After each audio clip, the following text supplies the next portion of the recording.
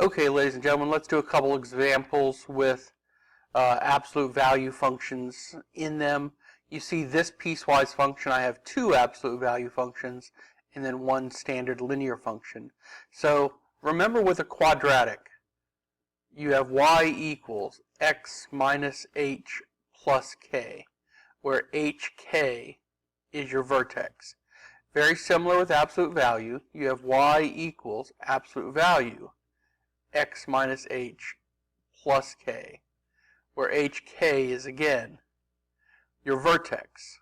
So let's break this up into pieces. First, let's do the lower piece when x is less than -1. So I'm going to plug -1 in here for x. -1 plus 3 is +2.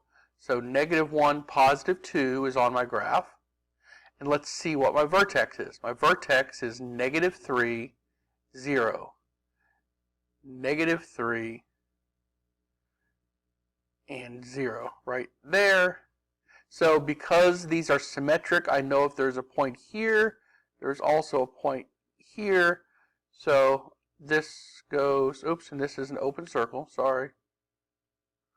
So we go to here, then we go up this way through that point in that direction. Now for the center, I have between -1 and 4, I have the absolute value of x minus 3. So we plug in first of all, we plug in -1, and we get 1 minus 3 is -2. So -1, -2, closed. Now we're going to plug in the other end of 4. 4 minus 3 is 1. So 4, 1 is also on the graph, closed circle. My vertex is 0, -3. 0, -3.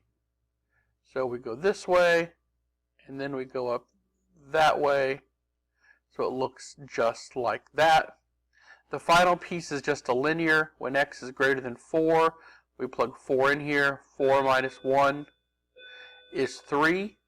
So 4, 3. Slope over 1 up 1.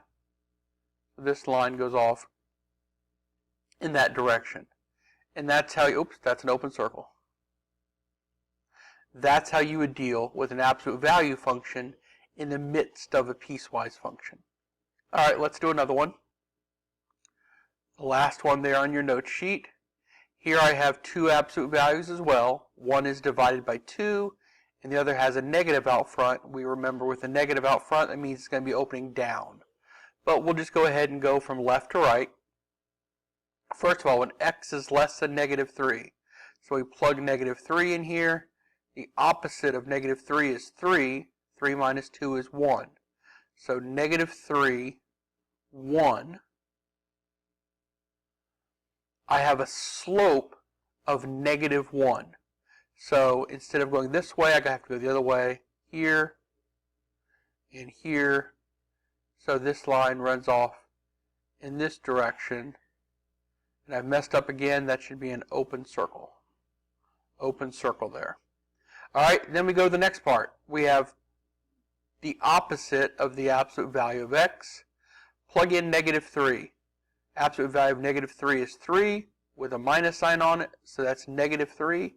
So we're at -3, -3, closed circle.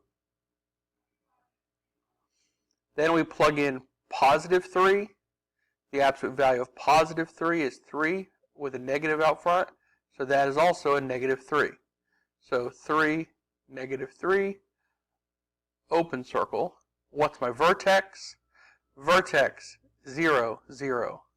So we're right here, here to here, and here to here. Lastly, I have the absolute value of x over 2.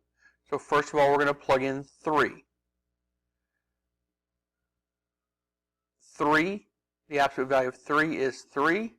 So I'm at 3, 3, closed circle. What's my vertex? Well, nothing follows the x, nothing is after here, so my vertex is 0, 0. That's here. Oh, well, that means I'd go up this way and this way, but since I'm only bigger than -3, it means I'm going to be going that direction. Closed circle, correct, so I am done. So I hope you see how we can integrate absolute value functions into piecewise functions. Now you have 6 or 8 problems to do on your own. When you're doing these problems, come up and ask for any help as you will. Thank you. And now, after I stop recording, I realize I completely messed up this third function. I should have taken my absolute value of 3, divided it by 2, and got 1.5.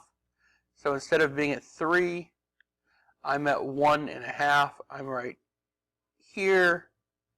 So I head off in that direction. Sorry about that. All right, now we're done. Thank you. Goodbye.